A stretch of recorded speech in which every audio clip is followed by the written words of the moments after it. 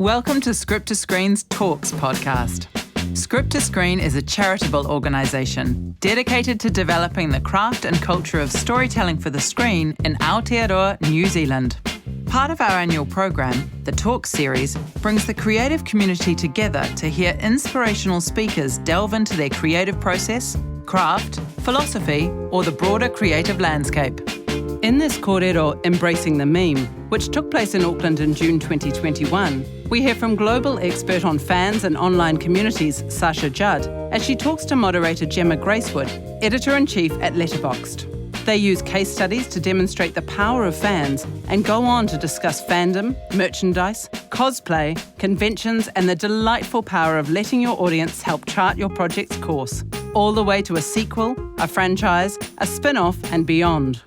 This Script to Screen talk was inspired by a panel discussion that Sasha Judd participated in at the A to Z of Screen Publicity workshop, held in partnership with the Aotearoa Screen Collective in May 2021. That session is also a Script to Screen podcast. Kia ora koutou, ko Gemma Gracewood, toku ingoa. I'd just like to say haere mai ki te whare o Tapak. E mihi ana ki ngā tohu o nehe o tāmaki e makaurau me o Waiorea me te rihu marae e noho neo. Nō reira, tēnā koutou, tēnā koutou, tēnā tātou katoa. When we did a version of this talk at our recent wānanga, the A to Z of publicity with Script to Screen, we chose a whakatauki for each of our sessions, and the one for the fandom session was Nau te roro, nāku te roro, ka ora te manuhiri, which translates loosely, as it always does, as we give to satisfy guests, or in this case, we give to satisfy fans.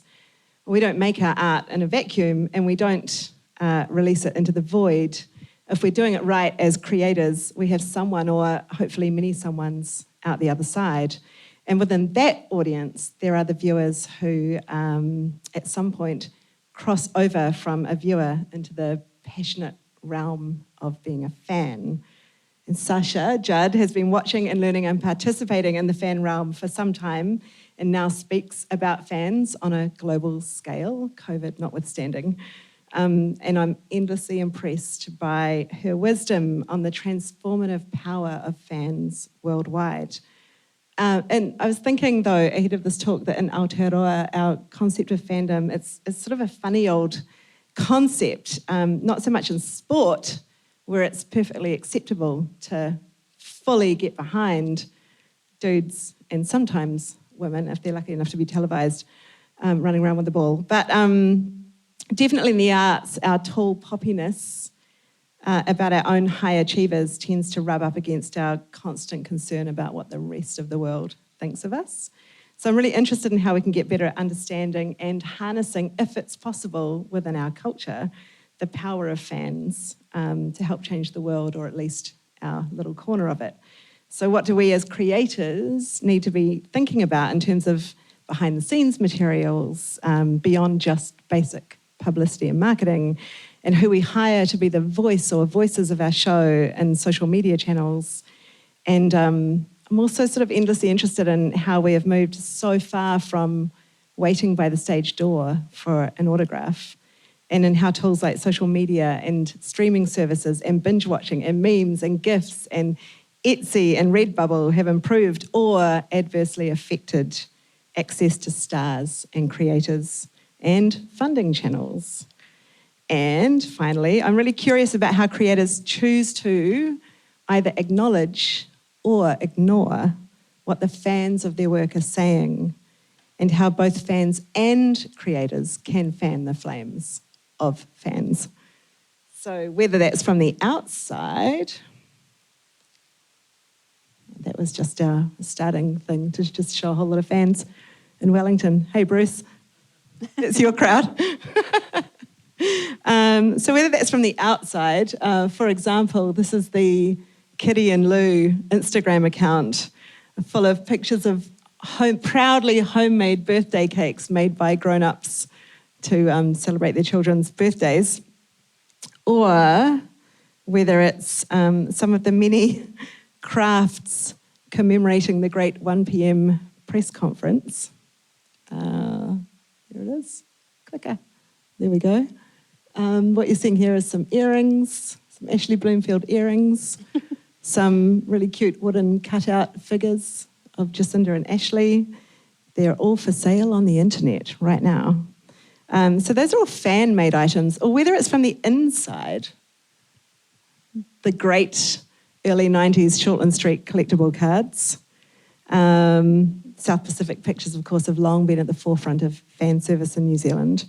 Or as recently as episode 6 of Sweet Tooth, which starts with a Marlon Williams song, and then later in the episode, there's Marlon Williams eating Pop-Tarts. And I just had a sort of supposition that was fan service, but then I checked in with them today and they said, yeah, basically the crew were fans of Marlon. So they wanted him in the cast and they wanted his song on the soundtrack. So they are fans as creators, just getting him involved, which in turn satisfies any Marlon Williams fans who happen to be watching Sweet Tooth, which is divine. So let's dive in. Sasha, welcome. Hi. Who are fans? Who are fans? I think it's sort of helpful to just start with acknowledging that the study of fans is a whole academic realm that I'm not a part of. So I'm not proposing to speak for scholars of academic fan studies. But I think we can kind of draw some general themes about fandom. And you can loosely categorise fans into two kinds. You can talk about what we call curatorial fans, and you can talk about transformative fans. Curatorial fans are fans who prize knowing the most facts about a subject. So a sports fan is a classic example often of a curatorial fan, someone who can tell you the starting lineups for the All Blacks for the last 20 seasons, can tell you who the coaches were or the assistant coaches or who the captain was or a particular point in time. They are the Star Wars fans who have not just seen the movies but read all the books and can tell you which parts of the canon contradict other parts. Transformative fans are less interested in that. They're interested in telling the stories that fall through the cracks. So a transformative fan watches a show or a movie or reads a book, and they want to tell the story that happens off screen. So they want to imagine what happened after the episode finished, what happened if the characters were not, in fact, Jedi, but were baristas in a coffee shop, what happens if the lead characters were queer or were people of colour. And transformative fans tend to create fan fiction, fan art, and it's very much about that sort of question of what if. So to give you some examples, transformative fans are interested in telling the story of Hermione as she's depicted in the books, not the white character from the movies. They're interested in the idea that Harry and Draco might have been obsessed with each other at school for other reasons, or that they might have only figured that out years later after the war. They're interested in what Dana Scully might have been like if she was into 90s grunge. They're not that happy with the all-white character set of The Sims, so they designed their own character sets to play that game with. And they know that the girls of Riverdale are not really that interested in Archie. So transformative fans are trying to move outside of the canon storytelling. It's so weird. I've heard you speak about this in this realm before, but it's never occurred to me to relate it back to the writer's room, where similarly the writers know much more about the world of the characters than what ends up getting on screen. Because you have to build an entire world. And then only tell part of that story. Yeah. So my next question was going to be, which fans do you want when you're working in film and TV? Do you want the curatorial? Do you want the transformative? But actually, the transformative fans are kind of like scriptwriters. Yeah, I mean, I'm not here to say that one kind is better than the other. I mean, I've spent my life in transformative fandom, but I think those things intersect. I mean, last year during the pandemic, I had a bunch of girlfriends who we would normally, in a normal year, be going to Harry Styles concerts. That's a thing that we do around the world together, and of course we couldn't because there were no concerts and there was no travel. So we needed something to replace that feeling of getting online, seeing what outfit he was wearing on stage, discussing the set lineup for the night, watching the blurry periscopes from the concert. And we couldn't come up with a replacement for that. And so we decided to become fans of ice hockey. And none of us knew anything about sports at all. Like, I've never followed a sport in my life. And the only two things I knew about ice hockey was that... it's on the ice and it's hockey. That you're allowed to fight in an ice hockey game, and that many ice hockey players lack teeth. But I wasn't sure if those facts were connected. And so that's where I began. And now, if you want to, I can tell you all about my favourite team, my favourite players, and I have some fan-made merch as well. So you can become a transformative fan of anything, is what I'm saying. Curatorial fans would hate that, because it's like you have to have grown up, you have to have known the sport all the way through. You get a team assigned at birth, basically. Yeah, you don't pick a team based on the narrative romance between two of the key players, which is how I picked mine. They're not actually romantically involved. It's just there's a good story. So the world's changed, the internet's changed. How has the conversation between fans and creators changed? Yeah, that's a great place to start, I think. I think it's evolved a great deal. I think if we go back 10, 20 years, showrunners and creators put something out into the world and then hope that people would like it. And to the extent that transformative fandom grew up around it, it was very much in the shadows. If you were writing fan fiction about Star Trek, you were doing it in a zine in the 70s and mailing it out to people.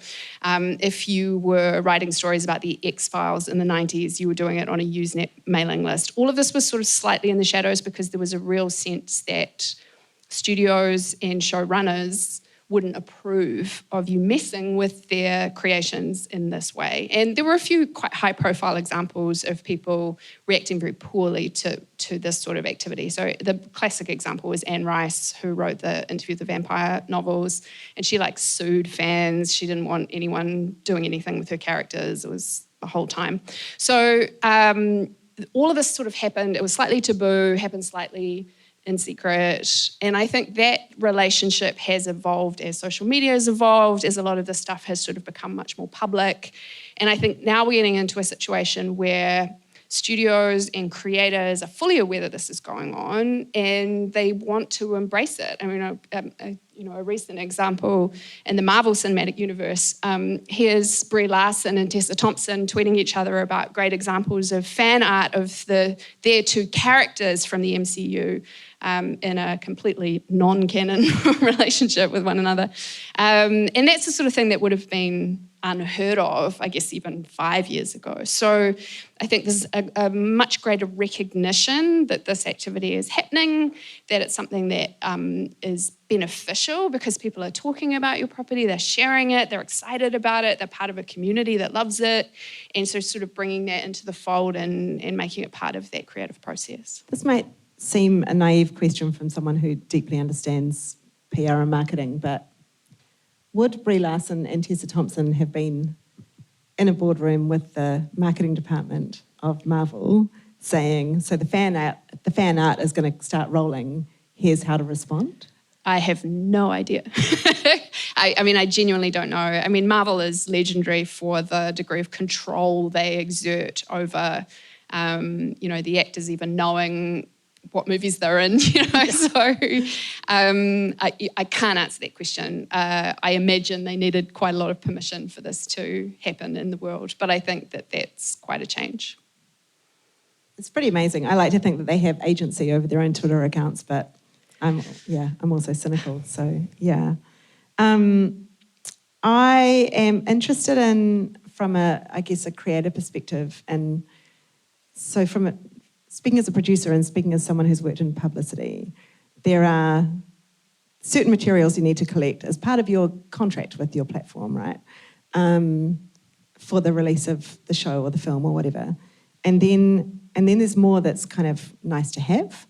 And then there's more that fans might want. So it'd be quite good to talk for a while about how to prepare for a fandom that you don't know you're going to get.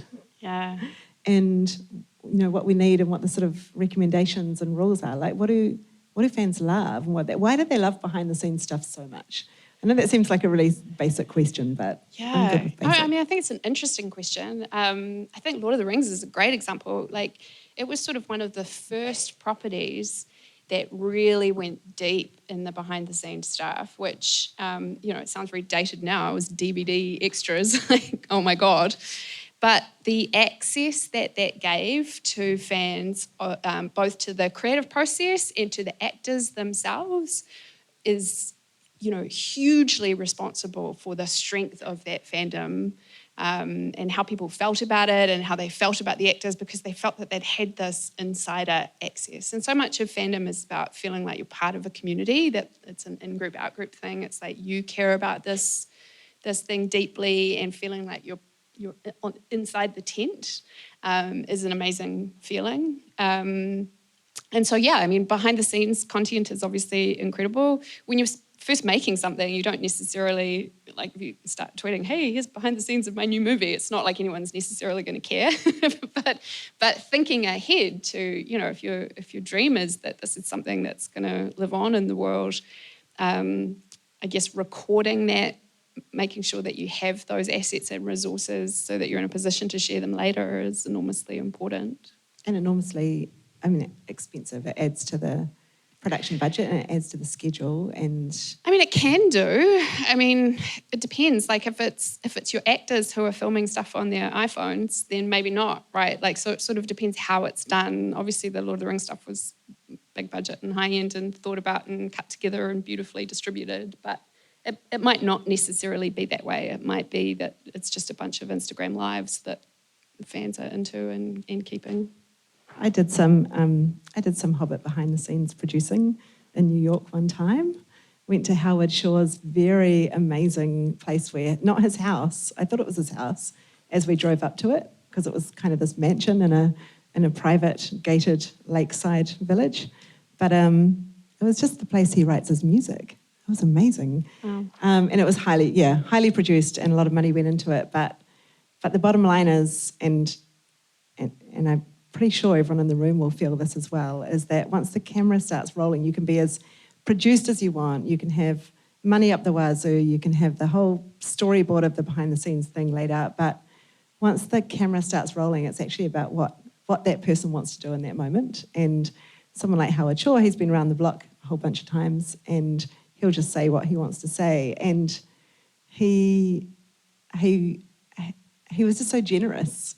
It was like a gift. He's like, come and look at this, come and look at this, come and look. And we hadn't discussed any of the, can we look in your books with your beautiful musical notation in pencil? He was just open to it. And it was, So there's a moment where in marketing speak, you can cynically set up everything you want and throw all the money at it, but at the heart of it, there's an artist going, oh, you're here to see how it is I do what I do. That's cool. Here it is. Yeah. And I think the thing that we took out of the last time we talked about this was you can't assume that someone else is taking responsibility for preparing those assets or resources. So, I think we all kind of have this idea in our head that there's some mystery marketing department somewhere who's going to take this over at some point and have all these things ready to go, and that's not necessarily the case. So, I guess being mindful while the thing is being made, what would be cool to preserve? Like, what are some things that might be of interest, sort of being a forward archaeologist, sort of thinking, what should we keep for later? Yeah, and being quite flexible and iterative about that as well. When we did this session at our wānanga, we also had Paul Yates, who's the showrunner of Wellington Paranormal, and he was talking about how they had employed a local Wellington agency to do the behind the scenes for the first 2 seasons, and it was pretty straightforward. It was one film crew filming another film crew filming what they were doing for the DVD extras, but it wasn't sort of, as time went on, in keeping with the spirit of what Wellington Paranormal itself is.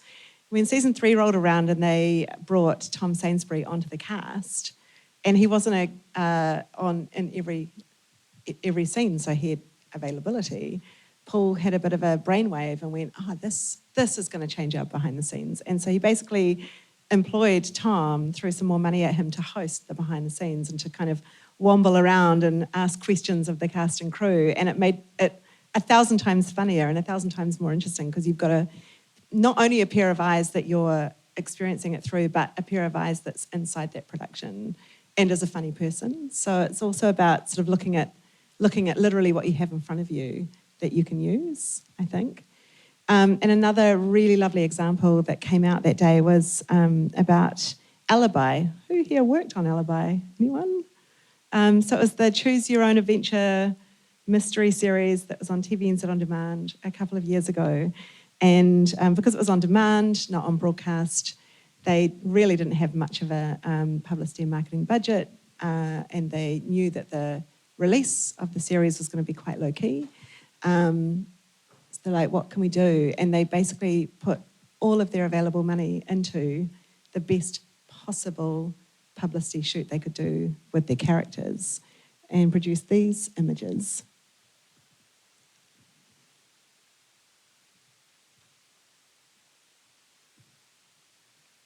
They're incredible, right? And you can still see them today on TVNZ On Demand, and that did the trick. If you have little to no money, just throw it all at the best possible photo shoot you can do, because that right there. Literally the only reason I know that series exists is because these photos are so striking when it pops up in the TVNZ On Demand carousel. Like, kind of like, oh, what's that show? You know, like just that photography set is amazing. It's all about the carousel. And it is for a lot of people, right? All about that carousel. Oh, by the way, I'm totally up for anyone putting their hand up or going ding ding if you don't know what we're talking about. Good question. I don't, but it looks like Patty Solomon at Tyrell's work. Yeah. It's gorgeous, isn't it? And this is definitely someone who knows how to light for a range of skin colours, which is incredibly important and increasingly incredibly important for New Zealand casts. You'd be surprised how few people think about that when they're booking their photographer. So I guess a creator question to ask at the outset of a project is, how much of this project do you want to share? And who on your cast is going to be happy and available to do more, I guess, beyond principal photography and your basic publicity rollout? Would they be fair questions? Yeah, and it might depend. I mean, if you're a brand new show or film or whatever with a cast of unknowns, suddenly having your actor tweeting about their new project is not necessarily going to do anything in particular. But if you have someone who has some social reach, that might be important. Fans who are coming to the project because of someone who's involved, they're predisposed to love it, right? Like, they want to know everything that the person they stan is involved with, and so they're going to be watching closely. Currently, Venice is being overrun by Harry Styles fans who are trying to catch a glimpse of him filming My Policeman on the canals, which I don't think Venice is enjoying. But, you know, like those sorts of things translate, right? Performers bring audiences with them, and so that can certainly be something that you take into account. I think it varies wildly between an unknown pilot and an established show where you're trying to sort of keep that flywheel moving. But the bottom line is not do anything. Yeah, definitely don't do nothing. Definitely don't do nothing. Good lesson. So if we jump forward, so we're just going to kind of pile through this, but do feel free to ask questions as we go, and there will be question time at the end. If we jump forward to release, I'm quite interested to talk about how fans come into play when it's time to send your work out into the world, and what the difference is between some straightforward publicity and marketing, a tweet saying here's the trailer, and what fan engagement looks like. Yeah, I think that's interesting because I'm someone who is firmly in that cable cut demographic that doesn't see anything that's not coming across my social media, basically. Like, I'm not picking up a copy of the TV guide, I'm not reading the newspaper. And I was really struck by that. You and I had lunch a couple of months ago, and I was staying in a hotel, and I had watched The Tender Trap only because I was in a hotel with linear television, and I turned it on, and there it was. and I didn't have any awareness that had been made, that it was screening, that, and I really enjoyed it, but. So thinking about that sort of release publicity, I think, is interesting, and it's going to vary depending on the demographics and how that rolls out. But then it's sort of about how do you engage with your fans while that's happening? Like, how do you kind of experience the release with them? And some of this is going to be budget dependent. It's obviously much easier for shows with big budgets who can pay someone to be looking at social media while the show airs. But it is something that contributes to that kind of community feel. So this is an example where I was watching Queer Eye, and there was an incredible reaction from the Fab Five to something. And so I just tweeted saying I urgently needed a GIF of this reaction because I felt that it would be useful in my life. And Queer Eye replied immediately saying, "We got you," and gave me 3 GIFs that I could use for that, which was ideal. They have been extremely useful GIFs. And it's one of those things where GIF making is so straightforward and basically free. Anyone can make a GIF. And Giphy is an absolute godsend. You can get a branded... A gift. Giphy is a gift. Giphy is a gift. You can get a branded channel on Giphy. You can, have your whole GIF set ready to go in advance. And people want them. They want to use them. And I think probably the best example of that is the Schitt's Creek GIF set, which just has such a recognisable iconography, like it's been beautifully designed. But you see those GIFs everywhere, And I actually want to ask, who in this room has made a GIF because they couldn't find? Yeah. And it's not that hard. It's not that hard. Like I'm not particularly technical. I can manage it. I made it back to Jane Campion. I was grumpy that I couldn't find any GIFs from In the Cut, her famously maligned but fucking brilliant erotic detective murder drama. And every time I was looking for Mark Ruffalo In the Cut GIFs, I just kept getting the Hulk. And so I made some In the Cut GIFs where he's just super hot in the bar, making eyes at Meg Ryan. See, that's your gift to the world. So, social media engagement like this, where you know that the show is airing, the film is screening, and just watching that conversation unfold and participating in that conversation, and that might feel daunting, but the buzz that people get from a response from the show or the creator or whatever is amazing. It's massive. So when you're considering your release and you're looking for someone who's going to be running your social channels, you want someone who understands gifts and memes and stickers, and also the show itself, and also the person they're tweeting back at or Instagramming back at. Yeah, it has to feel authentic. I think that's right. You don't want to pay someone to do it who's just churning it out. But you also want someone who's a fan of the show, presumably, because then they're talking to other fans. And I think a really lovely and extremely recent local example of this, and these next images are all GIFs, but I'm not as good as Sasha at embedding GIFs into Keynote, so just imagine they're moving. But who's seen Creamery? Yes. So Creamery did exactly the right thing. They got a social media person on to run their socials during the rollout of the series. So on the night it opened on TVNZ, it went straight on to demand and you could binge the whole thing, but you could also watch it weekly. So what they did was they had a team of from within the production crew and also famous friends. So Officer O'Leary from Wellington Paranormal, for example, they got them each to do a different Monday night while it was rolling out and do live tweeting and live Instagram lives.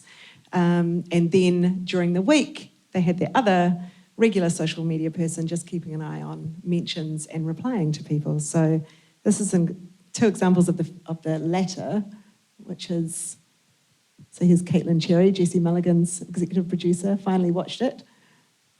It's so good. And there's Perlina saying, it's true. And then I love this one. SBS On Demand, once it opened in Australia, doing a pretty awesome tweet about it, and then they have a GIF of lovely Ryan coming out of the shower going, well, come on.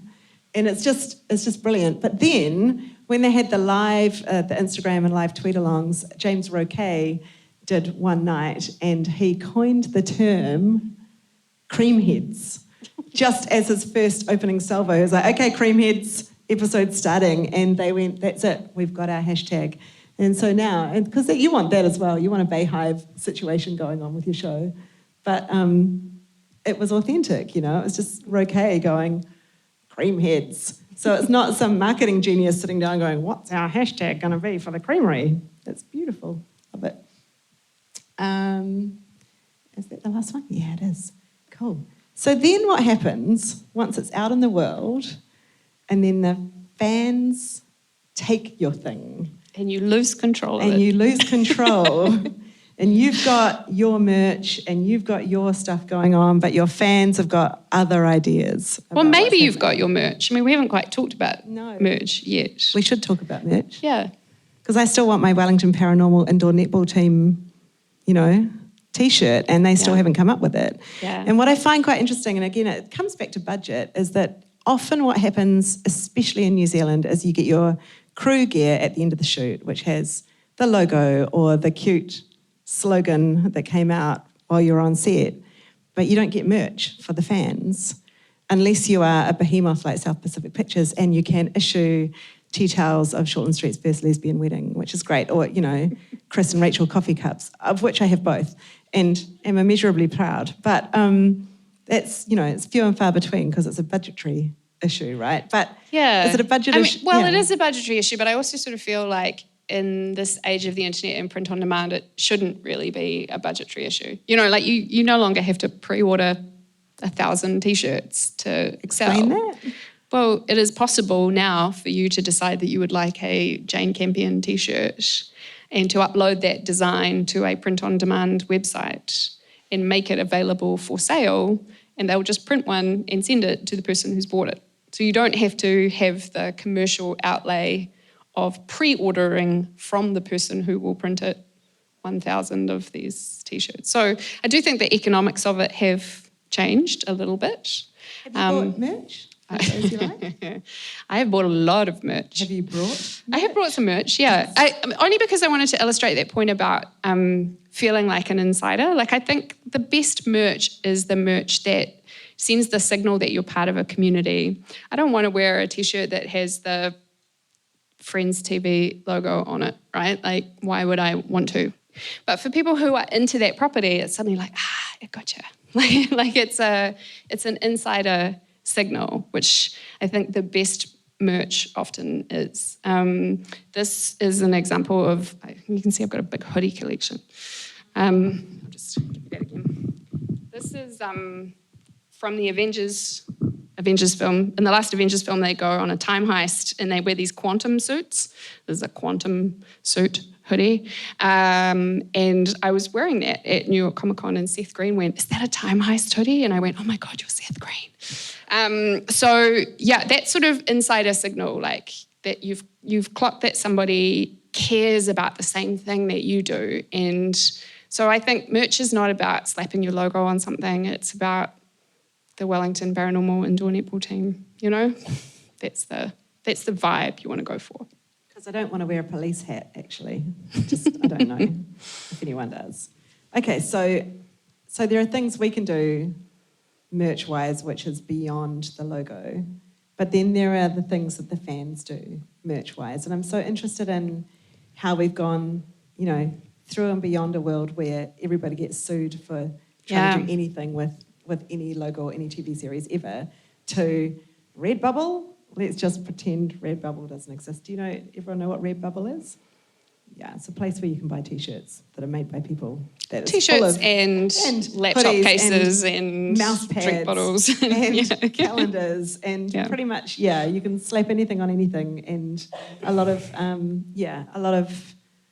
fan-made design.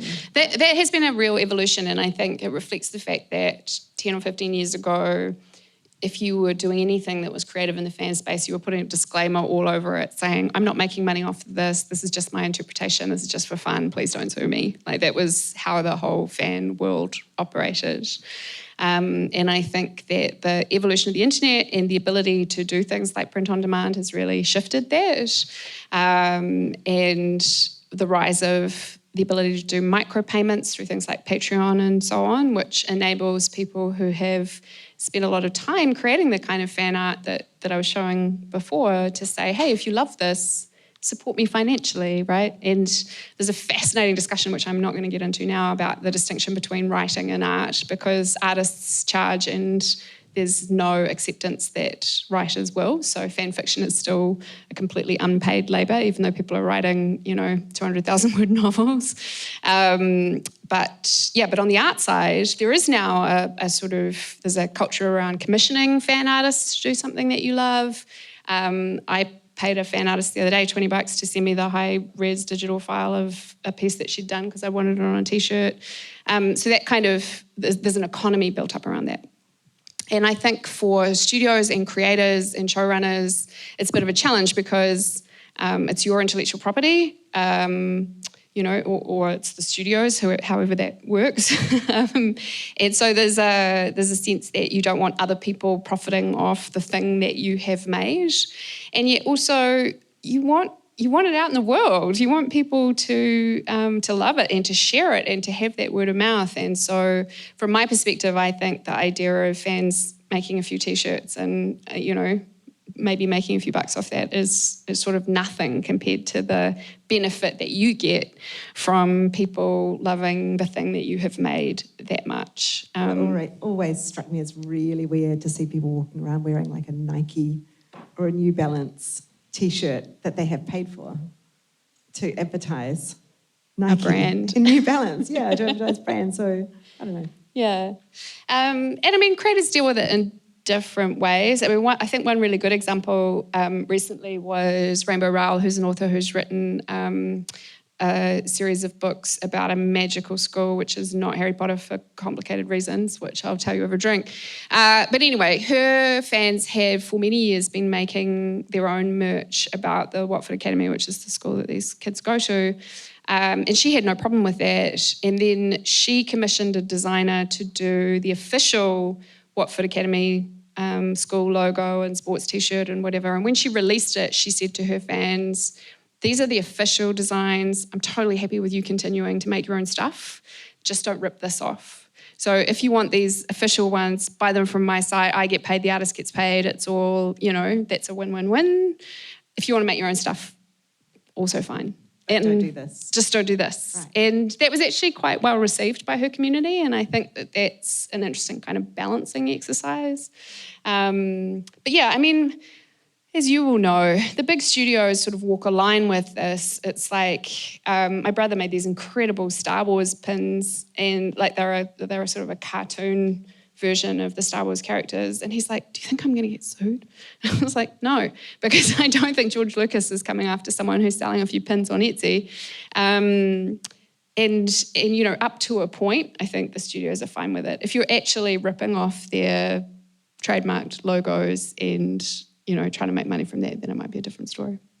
And then there are the studios that are so savvy that they completely embrace what's going on and kind of bring it into the fold. And the example I wanted to share was A24, the studio that, lots of nodding. So you all know, right? So A24 there are many articles about how their publicity and marketing works. There are no quotes from A24 people in those articles. They've built a total air of mystery around what it is they do, which is a lot of, grassroots earned kind of PR and marketing that other people have done for them, and then they kind of go, oh, that's really good, and bring it into the fold.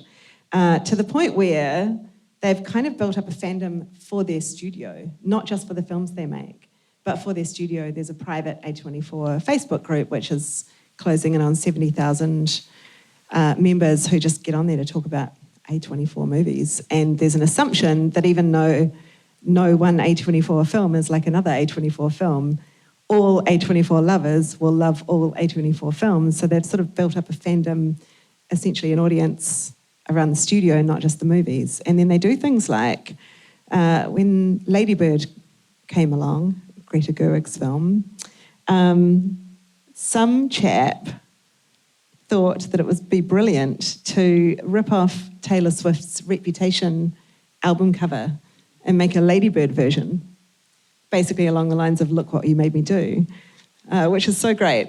Put it up on Redbubble for sale, and then A24 in capital letters tweeted, "Cease and desist." But they had no intention of getting him to cease and desist. It's just a joke, right? So that's February the 10th. And then at some point, they tracked him down and on their own blog wrote this beautiful, by the end of the month, this gorgeous long feature about this 16-year-old Brazilian teenager behind the T-shirt.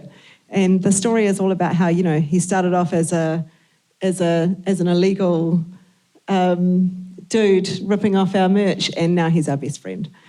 And that's how you do it. I just love that. I love it so much. My other favourite Redbubble piece of merch is this sticker from Hunt for the Wilder People, which you can also get put on a coffee cup if you want. But that is not official Hunt for the Wilder People merch right there, people. That's just some fan of Paula, the child welfare officer. I love it.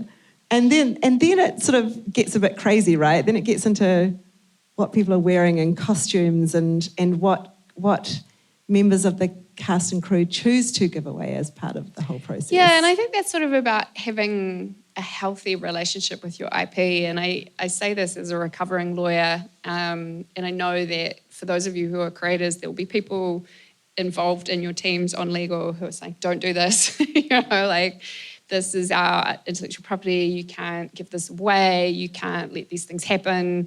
And the lawyers will often be wrong. And so sort of trying to find a way to balance that tension and to push back, I think is really interesting. This was just an example that I wanted to share. Harry Styles performed, this was just his warm-up actually, he didn't even perform wearing this cardigan, which is by a knitwear designer called J.W. Anderson. And his fans were so excited by this cardigan, and it was a pandemic, so everyone was knitting, I guess, that people started to knit it on TikTok and share their knitting videos of trying to recreate this cardigan.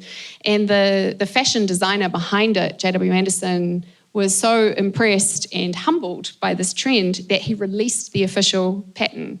And so this is a classic example. This guy's a big name designer. This was his intellectual property. He certainly did not need to make it available for fans who had been faithfully trying to recreate it in their bedrooms. But he did, and I just thought, what an amazing way to treat your intellectual property, right? These were not young women who would have been buying a J.W. Anderson cardigan, and instead of trying to stop them from doing this, just celebrating it. And the outcome of that was that V&A bought the cardigan because it's now become a cultural artefact, which probably wouldn't have happened otherwise. So, yeah, I think just sort of, I understand the instinct to say, this is my thing that I've made and other people ought not to profit off it. But I think taking a much broader view of that and sort of saying, ultimately, I want people to love what we've made, and I want them to build community around it and be excited about it and share it with other people. And I think sort of finding a way to do that is really important. And just in case Harry Styles is a little too aspirational for a local production, anyone remember Auntie Bella's cat sweater? Here's the pattern, as shared with the great knitting pattern website Ravelry by Kristen Seth, the film's costume designer. And we don't have the V&A, but we do have Te Papa. And this is the Auntie Bella sweater being collected for Te Papa's collection. So it can happen to you. I just wanted to say that. But it also can happen to you in terms of, where your fan art can end up, right? So when you bring it back into the fold. And I think increasingly studios are starting to sort of say, well, this is out there, how can we make use of it? And so a couple of years ago, Hulu did a campaign for The Handmaid's Tale in which they had fan artists create fan art with a hashtag My Handmaid's Tale. And so fan artists who would otherwise have been making this stuff and just sharing it for themselves made art, and if they hashtagged it, it was part of this campaign. And it's the first time I've ever seen commercial ads on Tumblr actually being reblogged as if they were posts because they looked like this. They looked like fan art, like they were fan art, but like were part of the community and were being shared in that way, even though they were a commercial advertisement. And there's something really striking about that, I think. I think the question, of course, is, these artists aren't being paid. So there's sort of a discussion to be had there. But exposure. Yeah, they were being paid in exposure. You can pay your rent with exposure, Sasha, surely. So there's a little bit of a tension there. It's like, okay, well, a studio got a bunch of extremely cool art to promote their show with and didn't pay anyone for it. But I also think there's something to the recognition of what fan artists are making and the wider reach that comes with that. I want to shift and ask creatively for the writers and showrunners in the room. Quite a controversial question. Fan service inside the art itself, is it a good idea? Like Easter eggs, looking at what fans are saying about characters and then going that way with the storyline. Yeah. I am troubled by the way in which fan service has become a pejorative phrase. It's sort of like, oh, that's just fan service. And it's like, well, I think there's something to be said for a love letter to your fans. I don't think that's necessarily a bad thing. It doesn't dismiss the creative endeavour. So, a few years back before the series was rebooted, fans of Veronica Mars funded a Kickstarter to get a movie made after the show had been cancelled. And when Rob Bell made that movie, the critics sort of panned it as being fan service. But in some ways that made sense to me. It's like they raised the money from the fans to make the film, and then they made a film that they knew the fans would love. And I don't necessarily see that there's anything wrong with that. Slightly closer to home version of this. Right. Which was not where this was going to come. It looks like it was pre-planned, but this was for another section. But this is Miss Fisher's Murder Mysteries. Went to 4 seasons, and then the ABC decided that was it, and the fans decided that wasn't it.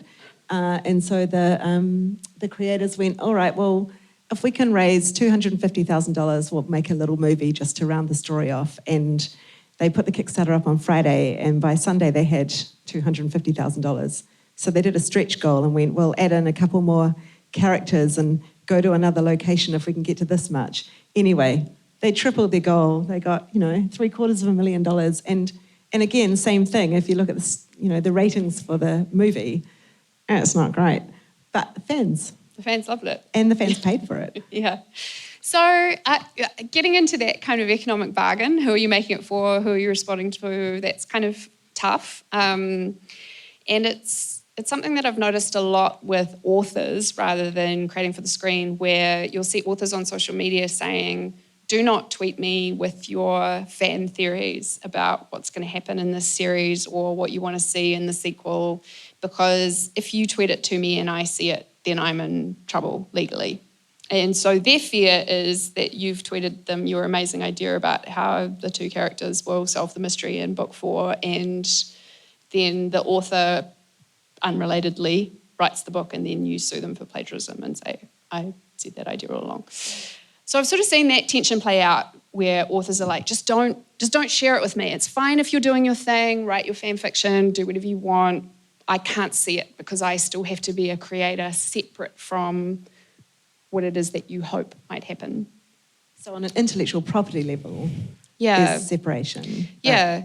And then when it comes to screen and television, I think there's a really interesting tension going on right now. So, you look at something like the Snyder Cut, and whatever else you say about whether Zack Snyder should have made that film or not, the reality is that the Snyder Cut came about because of a very ugly mob of online fans who felt entitled to demand that, and a studio who saw the money opportunity in that, and then Zack Snyder got $70 million to make a 4-hour movie. So I don't know where the winners are in that situation. So, did anyone here feel like a winner with their 4-hour Justice League? Yeah. So I guess what I would say is I think it's important to understand the conversation that's happening online. not necessarily to have the tail wagged by it. Is that the right use of that metaphor? I'm not sure now. I think you need to know what's happening. I think you need to understand where your fans are at with the show or the film and understand what they care about and what they're stoked about and what they're upset by. It's not with a view to responding to that in real time or trying to appease them, because I think that's the wrong way to go about it. But I think without understanding that, you can make some pretty amateur mistakes. A classic example in recent years was a YA TV show in the US called The 100.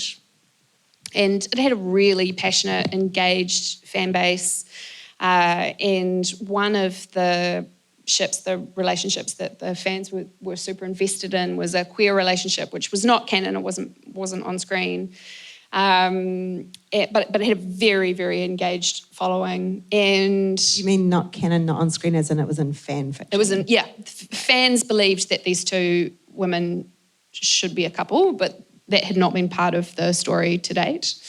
And two things happened in reasonably quick succession. They shared behind-the-scenes content of the filming of the season finale, which had one of these two characters in the behind-the-scenes stuff. So fans immediately took from that she would make it to the final because she had been filming the finale. Therefore, she would not die in the ensuing 10 episodes. And then, of course, they had the episode where these two characters did get together, and then immediately that character was killed. So it was sort of a double whammy because it was a real kind of bury your gaze trope of finally this queer ship has become canon and then immediately one of them is killed. So there's sort of no satisfaction or fulfillment from that. And also the bait and switch of believing that character wasn't going to die because they had seen behind the scenes content that suggested that she wouldn't. So, and the backlash from that fandom was venomous. And I think that's... But also they do that, the marketing people, of which I have been one. I mean, it happens here with Shortland Street, where if they're building up to a mid-season or an end-of-year cliff, and if a popular character is going to die, keep a close eye on the Instagram stories, because that character will appear more.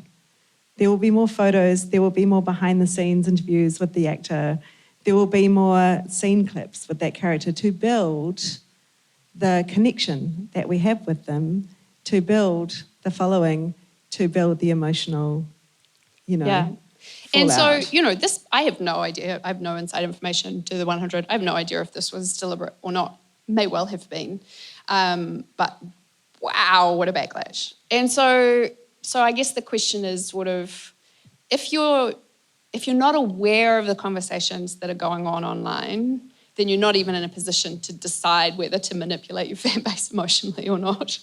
And you're more likely, I guess, to trip over some things which are going to make people super unhappy. You may not care because, as you say, you may get the engagement either way, and you're like, well, fine, we had a reaction even if it was negative, and that's... But if you were figuring out how to strike a balance as a creative between ring-fencing your own, what production and engaging with fans, it's kind of when you're in writing mode, keep it closed. When you're in release mode, Yeah, I don't know. I don't know that there's a right answer to that question. I think the answer is you want to create the show that you're making. You don't necessarily want to make it in response to the fans. Though, when we spoke about this last time, someone was saying the example of building in or elevating characters who maybe had been sidelined, but fans love them, so you give them bigger and bigger parts. So there's definitely a sort of a back and forth between fans and creators. Speaking of Shortland Street, that is something that's happened over time. Yeah. Damo, remember when Damo was just the weird IT guy who popped up like 3 times a year and now he's a central court cast character? That has happened several times on that show. Yeah.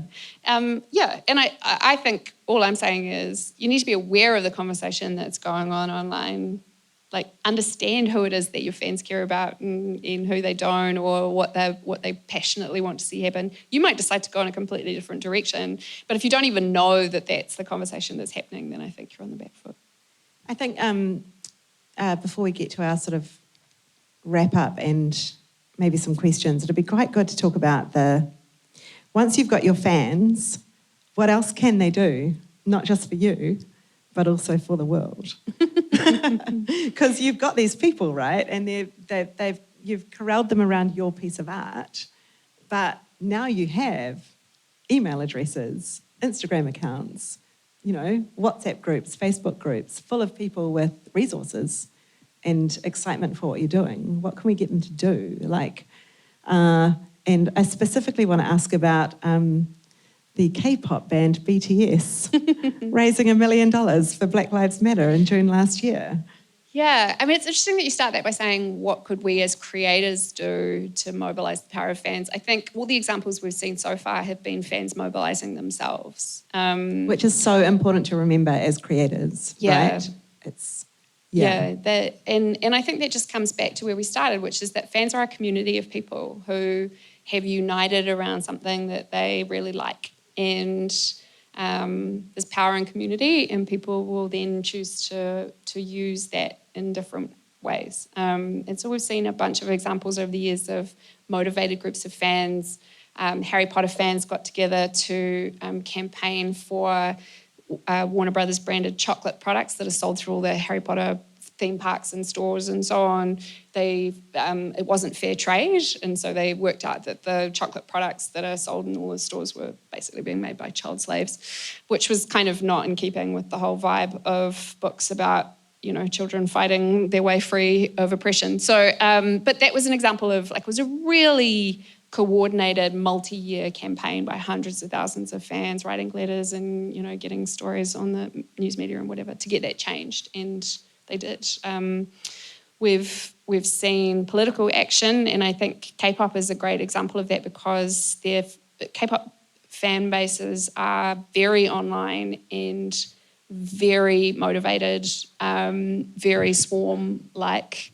And so we've seen a few examples of that recently during the Black Lives Matter protests in the US last year. A number of US-based police forces put up snitch sites, basically, where you could upload footage of your local protest so that the police could find Antifa, and arrest them, which was sort of a terrible idea. But anyway, K-pop stans just flooded those snitch sites with their fan cams of their favourite performers until all of the sites crashed through the upload of these videos. And, it's lovely to watch those sort of very simple things work, like when all the TikTok teens signed up for the tickets to Donald Trump's rallies and he thought he'd sold them out and he hadn't. And the BTS fans army raised an enormous amount of money for Black Lives Matter. I think the one thing that I would just say immediately as a note of caution is that fans are both awesome and terrible. And I think we have to hold both of those things in tension at all times. And, the K-pop fandoms have a real issue with racism that they have to sort of constantly reckon with. And that's in part because K-pop is quite appropriative of Black music and Black culture, but you are very quickly run out of K-pop fandom for making that critique. And so there's been quite a lot of good writing, if you want to dig into any of that, around how K-pop fandom is sort of reckoning with its anti-Black racism. So on the one hand, amazing. On the other hand, often terrible. And so you sort of have to balance those things at all times. But if we do look at and it feels like a bit gross to just gloss over that and move on, but if we do look at the sort of next level stories of fan power and the ways in which you can raise $250,000 for the movie or $1 million in 24 hours, you can also use your stars for social good and public good projects. And I really love this one. It's just a little outtake of how to make a plate. Just click it again. Oh, here we go. I'm more ready for you. Well, I didn't have any clubs, so I've used the doggy poop bags and I didn't have a mask of any sort, and so I modified one of my old bras, and I borrowed 2 pairs of goggles from out of the workshop. Okay, Mum, you're in your bubble, so, and also none of that stuff's actually effective, so you can take all of that stuff off. Oh, I can take it off now, can Yeah, I? you can take it off. Oh, the hands are sweating in those doggy pants. I'll just get my goggles off now. Oh, that's lovely. Hang on, I'll just take my bra off. You might want to turn away, darling. Oh, that feels better. How are you, dear? It's Linda Top. I love that. I just love the reveal of that. Not only is this beautiful public service message, which was a series of COVID-19 public service messages made by the Wellington Paranormal team, not only is it sort of in service of Wellington Paranormal fans, but also it's Linda Top, Dame Linda Top, which is just such a gorgeous reveal, and it's really indicative of how that production team completely understands the world in which they're working and how that will just make people gleeful and happy. I also wanted to just share a story of my own about how fans will move with you from project to project. Once you've corralled them, keep them and keep them moving.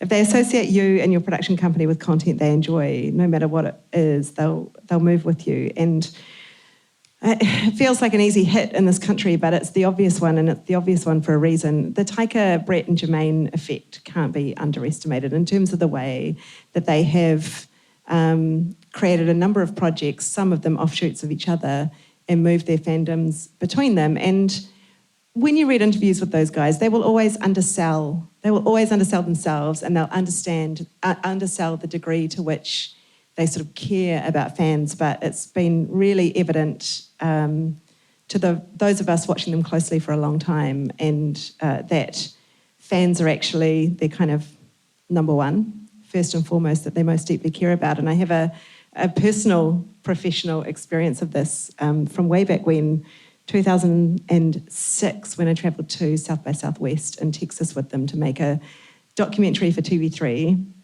before they had even shot the pilot of the HBO series, but they were on their way there, and they'd been invited to the comedy, not the music, but the comedy part of South by Southwest. And they weren't terribly well known, but they had done their HBO special. And some fans of theirs, who'd become fans from seeing the HBO special, had driven 30 hours, like overnight, day and night, to get to Austin to catch a glimpse of them. And the thing about South by Southwest is you spend $800 on a pass to get into the official events, and if you can't get into the official events, then you just keep your ear to the ground and find out where your favourite artist might be playing otherwise. And on this particular day, Brett and Jermaine were playing on a box in a tent out the back of an outsider art gallery off-site. And during that gig, Neil Young and his then wife came to watch Flight of the Conchords specifically, not anyone else who was on that lineup, but them. They were standing at the back, leaning against the wall, and as soon as I clocked him, I was like, oh my God, I'm the producer. My job is to get Neil Young in this documentary. I'm going to do it. So off I went. I had a really lovely conversation with them. I said, did you like what you see? Oh, we love those guys, blah, blah, blah. Well, this is what we're doing, and we're from New Zealand. It's only going to be seen in New Zealand, and we just love a couple of minutes with you. And, we just want to ask you about your love of the A minor chord, really. That's about it, honestly. And he's like, wow, if those guys want to come and talk to me, that will be all right. So my next job is to go and corral the crew and the Conchords, which are two quite different things to do. And when I got to them, they were out the front of the gallery engaging with the fans who'd driven 30 hours. And I started to sort of make signals that we needed to stop what was happening because Neil Young was waiting in his car down the road. And it became evident that they were never going to stop talking to their fans. And this is what was happening while I was trying to keep Neil Young from driving away. Can you explain what the folk is? Yeah, sure. Yeah, what is What the Folk? What the Folk is, it's a website run by Sherry, who has been a fan for many years and knows you guys. And then there's a bunch of us ladies in one van, and he's over there, his name is John. And we just talk about these guys online. It's pretty dorky, actually. But It's our fan base. It's our key fan base. actually getting very popular lately. It's probably, realistically, it'd be about 10 people, but 10 dedicated people. Very dedicated. Very dedicated. Too dedicated. Too dedicated. Too dedicated. but this is what I carry in my wallet all the time. Got my oldest daughter and my second daughter and Jermaine's lips. So whenever I show them,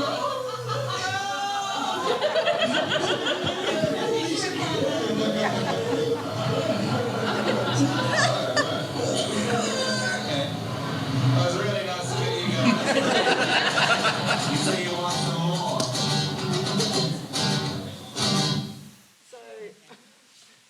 So then what happened? That wasn't the end of it. Of course, Neil Young drove away. Not before Brett got to have a nice chat with him. But we missed our moment with Neil. But I think you'll all agree that that was the absolute highlight of the documentary. Like, that is it. And then in the ultimate act of fan service, in the first episode of the HBO series,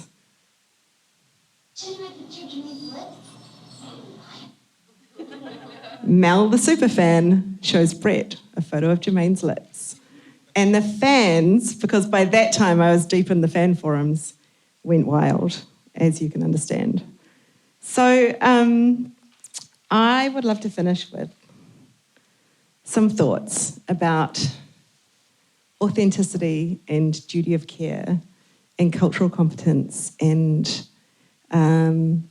just taking care of your project from the outset because of the potential ways in which your fans might pile on or run away from you when they find out that maybe not everything is as it's set up to be. And I've got an example to kind of lead into this, which is, has anyone heard of Ships of the Northern Fleet? Yes. One person. 2 people. There's a reason for that. It's a fake TV steampunk sky pirate, fake, completely dreamed up TV series called Ships of the Northern Fleet that was sort of dreamed up during the pandemic and created by lots and lots of people around the world, sparked by one video game writer's suggestion. And in one New York Times story recently about the whole phenomenon, they write about how it's sort of been an inclusive fandom by default. And what I found important about the story was, and about the phenomenon, is that it's described as a refuge for people who'd felt betrayed by the creators of other franchises they loved, like Harry Potter and Buffy the Vampire Slayer. And it was the fandom of this fake series was initially cultivated to be a queer-friendly space and comfortable for people of colour, all-inclusive, no one person dictating the way everything flows. And one creator/fan's quote is the least toxic fandom I've ever been in. So the final question for you, Sasha, really is, the question really is around, as creators, having our ships in order from the start so as not to run the risk of betraying our potential as yet unknown fans later on, and whether you wanted to comment on that. It's a pretty lofty goal. I think it's easy to describe an entirely fake fandom as the most inclusive fandom that anyone has ever been in. 2 things about that, right? Like there's no creator to let you down, so it's quite easy to say that that's a good time. And also, I guarantee if you check in on the Ships of the Northern Fleet fandom in a year from now, there'll have been some terrible rift, because communities are made up of people, and that will break down. There will be fights, there will be discussions that turn heated, there will be spaces that are not safe for everyone to participate in, and that's the uncomfortable reality. We haven't yet worked out as human beings how to be in very large groups online and not have that disintegrate. And there's a great quote that I used in a talk recently where someone said that, people criticise cities for being cold and impersonal, but actually that's by design because we couldn't survive them otherwise. You can't be around that many people in very close connection. Dunbar's number's 150 or whatever. So it's sort of, at some point, a group of people becomes too big and then there's trouble. So I think as a creator, you can't foolproof it, right? It's I think what you can do is set out with an intention that you'd really love there to be a community around the thing that you've made that is a great space and that has people who are as passionate about the thing that you've made as you are. And a lot of that is about making a product that you're proud of in the world. And that's about having a diverse team that's making it, a team that is sharing with you the ways in which something might be interpreted or received in the wider community that you might not necessarily have thought of. That stops you from creating characters that are terrible stereotypes or that are racist, that stops you from not hearing the voices of communities that ought to have been consulted and maybe haven't on the way through. And those are all things that mean that you're less likely to have your fandom say, these guys are terrible. That's just wise words to end on, really. That's the end of what we vaguely prepared. Would you like to ask us any questions here? You want to ask here? Yeah. I have one question, which is that previously, or say pre the internet and the sort of widespread awareness of fans and what people are doing, I think, or potentially I'm wrong, but a lot of filmmakers and TV makers made the things that they wanted to make, and they didn't really actually think about who they were making it for at all. And that's through the influence of funders and the influence of the internet and all that has changed. Do you think for the better? What has that done to the way that people create? I think it's definitely meant that there are a much more diverse range of stories, because I think what we had, I mean, it's definitely not great yet, but we're definitely on a journey towards recognising that our community has a hunger for a really wide range of stories and an increasing recognition that there's a commercial appetite for that. I was listening to a podcast discussion today about In the Heights, the Lin-Manuel Miranda musical that's been adapted for the screen, and sort of saying that part of the difficulty with it is that it's trying to be the only Latinx story that's told on screen this year, and so it sort of has to be everything to all people, and what an impossible thing to try and... And it's turned out to not be enough things to... Sure, yeah. And if there were 20 Latinx films that came out this year, then it wouldn't be suffering under the weight of those expectations quite so much. So there's definitely a journey that we're on in terms of responding to audiences. I don't think that we're at the point where it's like, oh, well, we'll only make something that's going to keep everybody happy. I think it's more about saying...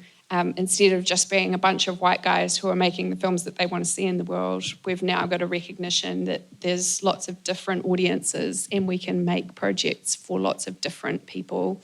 And I think that's an improvement, but we've still got a way to go.